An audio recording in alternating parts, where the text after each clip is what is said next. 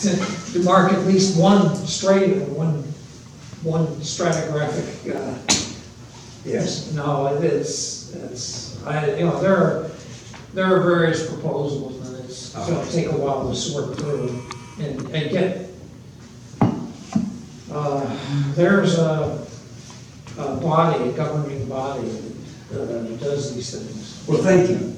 And I was just saying to the two of you who have just come in, the last 2 pages of this book explains the meaning of the name, and it's a technical meaning, which I might at first, before I read the book, I had misunderstood. It doesn't mean simply a period that has been created by human beings. It's not a sweeping denunciation of human beings, that is. It is a denunciation of the period for the last 65 years. That is the preceding period, 1945, 1950, 60 years, 65 years is the period that we're talking about when, on page 44 in the book, all of those indexes begin to show all of the indications of what's happening to our world skyrocketed, straight up like that hockey stick that you see. And Marvin has me something here. I just underlined their definition. It means a time when geological strata are dominated by remains of recent human origin. And the word, the suffix "seen" means recent. I hear that Not recent is going to mean right after the Second World War. Yeah. Probably. Mm-hmm. You could argue for 6 centuries earlier than that, or several thousand years ago. Well, There is a good marker there, because when we started doing the atmospheric testing of nuclear weapons, there was a very nice spike in radioactive isotopes. They did not, nobody apparently appreciated the role of radioactive fallout in nuclear weapons. Although the science fiction writers have done a pretty good job of elucidating. he emphasizes this on one page. I was thinking of the carbon 13, Right. carbon 14. That's one of the markers. Also, Right. another isotope. Sure, sure. They Well, talk about the great acceleration beginning after World War II. Yes. That's not the same thing as what our scientists are saying. The great acceleration relative to capitalism. Yeah, But you can trace oil and the, gas. yeah. but you can trace the carbon 12, carbon 13 anomaly back to the beginning of the Industrial Revolution, Yes. when they really began but the to spike use large amounts of on coal. page 44, those of you who have the book here, take a look at page 44. All of the social, political, and scientific indications of change suddenly going along like this all go up at the same time. And therefore, by his argument and others' books I've read, it is a capitalist phenomenon. It's an amalgamation of science and politics. I think it happened more in the Soviet Union probably than here at that time. In the 40s and 50s, there's an excess in the Soviet Union. So He has 4 pages. it's not really capitalism. Almost the end of the book in which he discusses Stalinist socialism as not what he's talking about as socialism or being Yeah, he socialist. prefers Marx rather than I Stalin. mean, it's Marx, yes. He's actually read Marx, and that's a help. maybe it's economics in general, but something more general than capitalism. That example shows that. Well, it's, That's the exponential increase in population, for one thing. Well, this man is a Marxist. He wants to talk about an economic system, he wants to talk about class, and so that he is connecting all of the economic and the political indices together. That's his case. If he were a feminist, he would use other data and other arguments. So that's what we have on hand here today. He always aligns capitalism with anti-nature. Yes. Nature with the capitalism. Yes, he does. Yes, he does, and that's part of his case. In fact, that's his case, That's isn't it? extractive. Yeah, that's That's what. extractive. Well, yes. I'm very sympathetic with that view towards socialism and capitalism. I didn't think he supported it very well with evidence, really, about the value of socialism and how that supposedly works better. He could have given some examples. He never talked about Sweden or socialistic institutions that I could see. I didn't see the data in here. He just kept saying this, but he never showed us that there's evidence to show that socialism works better than capitalism, and capitalism just objectively does not work. I think that's fair to say. This is one book. Do you think it's fair to say? I made it, yeah, it's fair to say. I sent out a partial newsletter to everyone in which I talk about his sources. I'm impressed that he has all the sources I knew about, but damn it, there aren't many studies made of this. I sent out something about militarism. He has 4 sections in his book about militarism and capitalism. And in this book. And so I penned those 4 sections down, and he was really good, I thought, in that he had read everything that I'd ever run across, because I've been keeping bibliography on that for many years. And so I thought that was fine, but there's just not very many books read.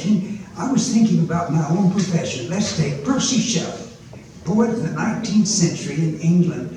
God damn, there are hundreds of books about Percy Shelley. And there's not more than 2 about the Pentagon.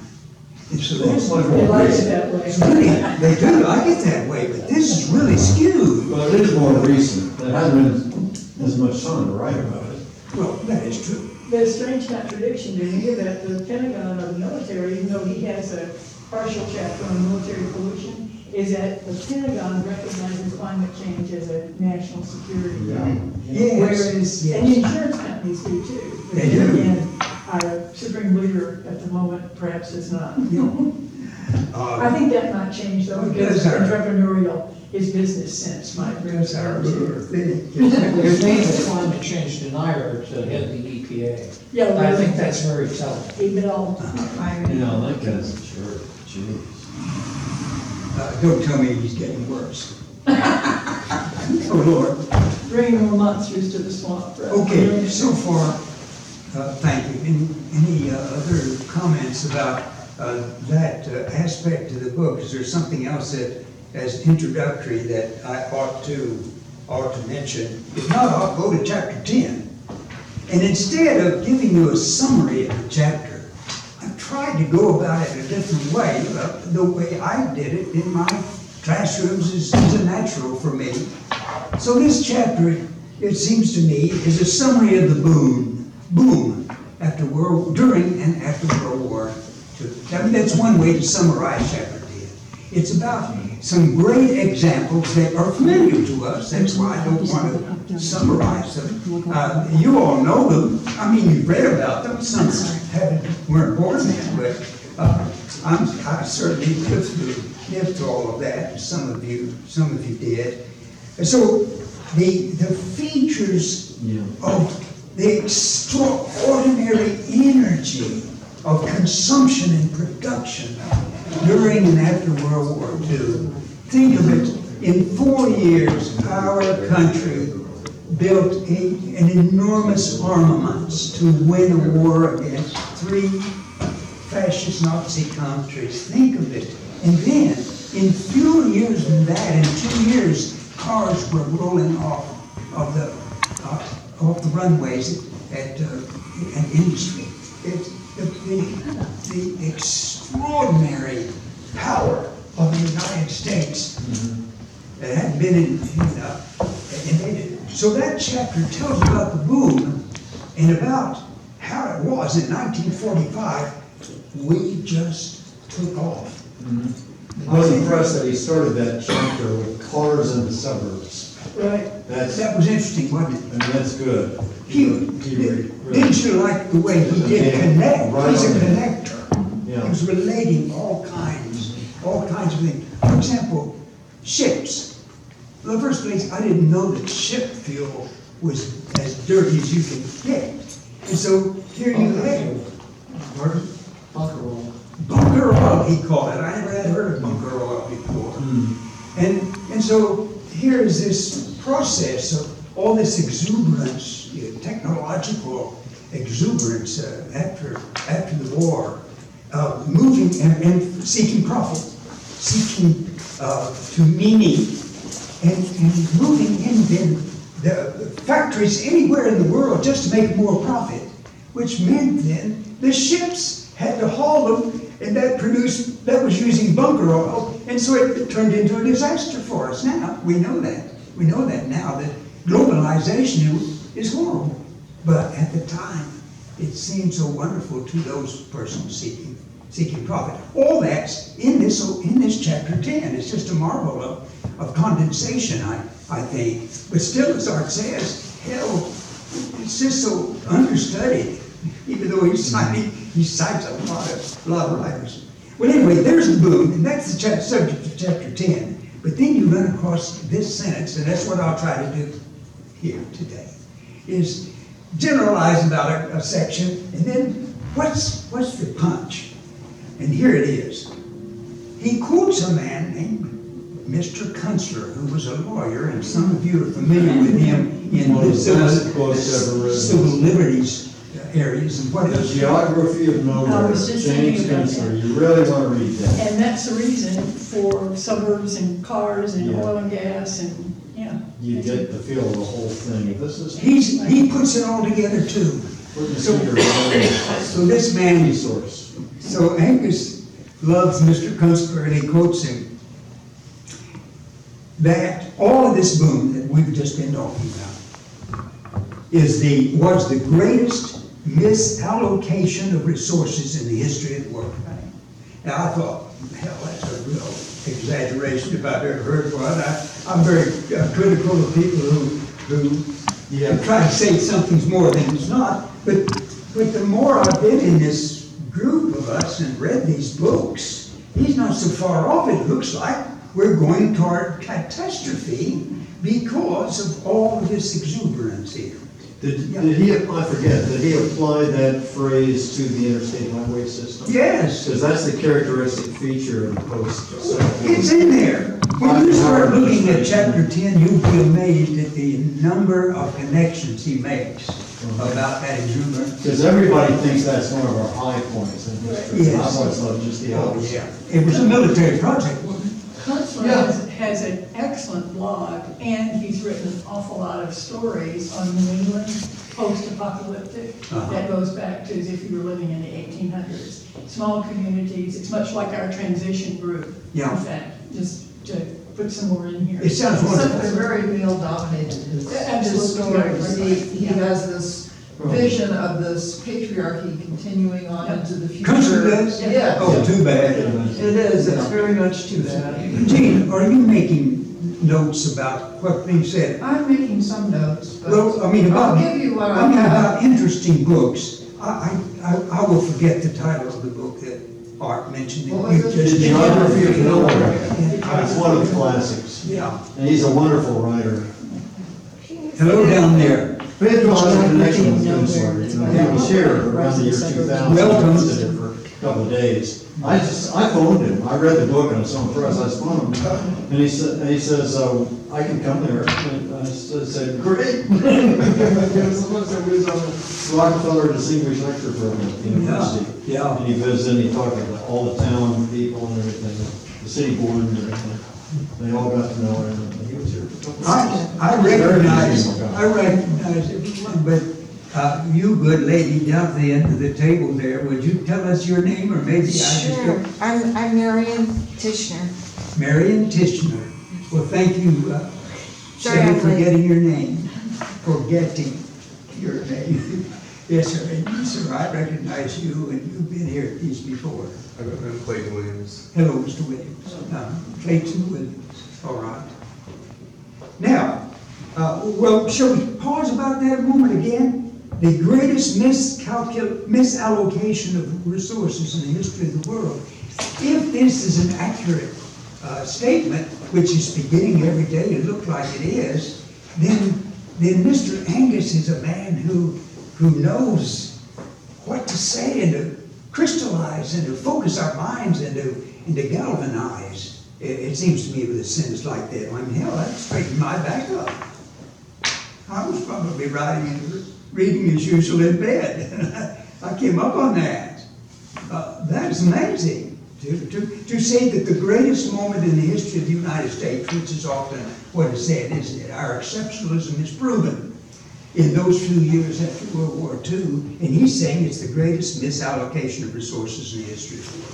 Do you think there's a reference to living, to moving out into the suburbs just to be able to use more oil and gas, rather than as in Europe going upwards rather than outwards? That's part of it. Now we're promoting Yes, upward rather than Mr. outward. Angus seems to understand all those connections that resulted in the climate collapse that's going on today. And that's why I'm thrilled by this book, which you all chose, you committee members chose before I finished reading it, but I'm really pleased that you did, because this is a thoughtful book. Isn't it ironic that it was a nuclear war threat that was the impetus behind the highway system, behind the interstate highway system? Eisenhower wanted to be able to empty out the city in a moment's notice and get people going to other places out in the country. And this was a large part of the reason he was able to get so much support for this very expensive interstate highway system, is because of the threat of nuclear war. It's really ironic. I thought it was for my The freedom war as a kid. causes, the threat of a war causes the interstate highway system, which causes global warming, which the Pentagon is all worked up about now, and they should be. So, Mr. Angus has a pattern in constructing his chapters, and it's a good, clear, emphatic pattern. He gives us the content. I'm going to tell you about the boom that occurred in the United States, and then I am going to tell you just how awful it turned out to be. He doesn't spend much time on it, but what a sentence that is, huh? And then he asks a question at the end of the chapter, which of course prepares us for the next chapter. The query is fossil capitalism big carbon that's ruling? That, wait a minute, big carbon and fossil capitalism, synonyms, which underlie all the changes that have driven the Earth system into the Anthropocene. Can this capitalism defossilize? Is his conclusion then, after describing all of this vitality and success, and we're number one. Can we then do what CCL is trying to do, is to get it in, keep it in the ground? We're going to partly answer that at Standing Rock. And at the end of the chapter, he says, well, yes, we can. And he goes through our possibilities, that if we do this, and if we do this, and we have we have courage, and we have the right ideas, we can defossilize. But then he says, but then no, we can't, because just look at us. Look at our politics. Look at the people who rule us. Look at the people who are elected.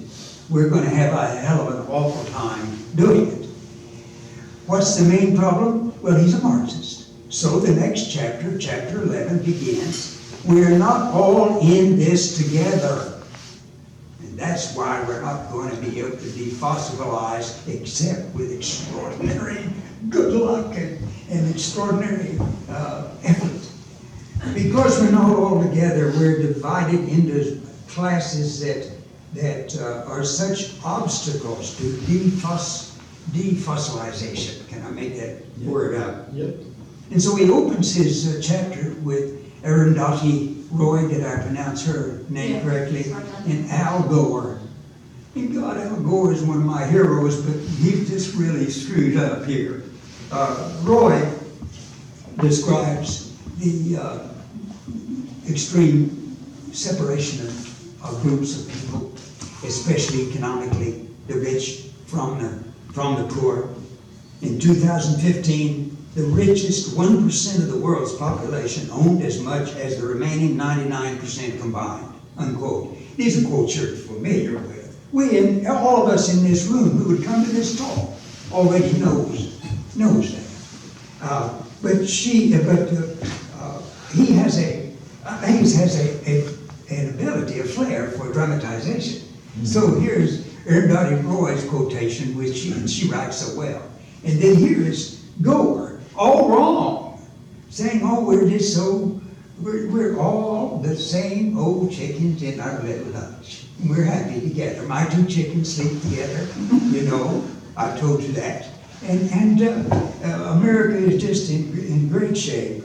But this chapter then tries to explain why it is that we're not going to defossilize without extraordinary effort, courage, and luck. And marvelous, and that's why we so marvelously, how much we admire anyone who tries it, like our CCL committee, and like this committee. I mean, for 10 years, we tried to study and tell people about what's coming down the pipe. And like the standing rock water protectors. Mm-hmm. And do what? The standing rock water protectors. Oh, they're well known. I don't mention those because they're so well known. All over America, Americans are fighting this power. And they fight their symptoms, but we've got to fight the symptoms. Kelly and I were talking about that yesterday. If the forest fire's around your house, you try to put your forest fire out. But eventually you've got to get at what's causing the forest fires. And that's what he's doing. He's trying to get at the causes and the roots of these disasters, of this catastrophe that's happened to us. So the subject of chapter 11 is inequality. This book is social justice, a social justice chapter. We have a young woman on the board of OMNI, I think she is, who wrote us all a letter recently. She's saying we weren't interested enough in social justice. And it may be true. When OMNI first got started, it was just peace and justice. Now it's necessarily, it seems to me, we're devoted very much to ecology. But this chapter is about the inequality that both results from the capitalist principles, but also becomes then an obstacle to doing anything about it. We're indicted by the creation of this immense amount of poor people all around the world, and that's capitalism doing that. There are some examples of socialistic contrast, or whatever you want to call Denmark or Sweden or other countries like that, where the gaps are narrowed down. What does he say? We're the third worst. No, I read that in the newspaper just yesterday. We're the third worst for inequality, economic equality in the world. That was in the Democratic Gazette, in a tiny back article. You guys 1 and 2? Oh, I yeah. thought they'd put that on the front page or something. I read it. I've forgotten it. I'm sorry. Nobody knows who was 1 and 2. But it's probably what Shelley just said. It's probably India or Mexico or one of the places, countries like that haven't they're not socialized or still. I think the richest man in the world is from Mexico. Mm-hmm. That's right. That's right. It is. So the description of the world is one of in his description is one of inequality, and his indictment, following my pattern of the chapter 10, his indictment is that look at the, shall we call it, the greatest miscalculation or screw up of social resources in the history of mankind is this immense amount of poor in the world. That's the indictment that's in this chapter. And it's intensified by racism. He doesn't overlook that. Poverty and racism and bigotry caused by an economic system of unequal classes. People that we have average temperature around the world, and then we have pockets of intense drought and heat, or cold maybe. And in our world we have poverty all around, but pockets of intense wealth. 1%, if that's a true statistic, 1% has as much as all the 99% in the rest of the world. And in this chapter, you all, it's a marvelous chapter, it's defended by the U.S. military. So in hell, his thesis is not popular. I mean, the U.S. military is the most popular institution in our country. Military officers are admired in every index, in every poll, they're top. And therefore, we don't have books scrutinizing them, or many writers scrutinizing them. They can't get published, I guess. I don't know what that is. So inequality, poverty, bigotry, militarization, empire, all the rich nations, each of the rich nations having become an armed lifeboat is his metaphor. Did you catch that?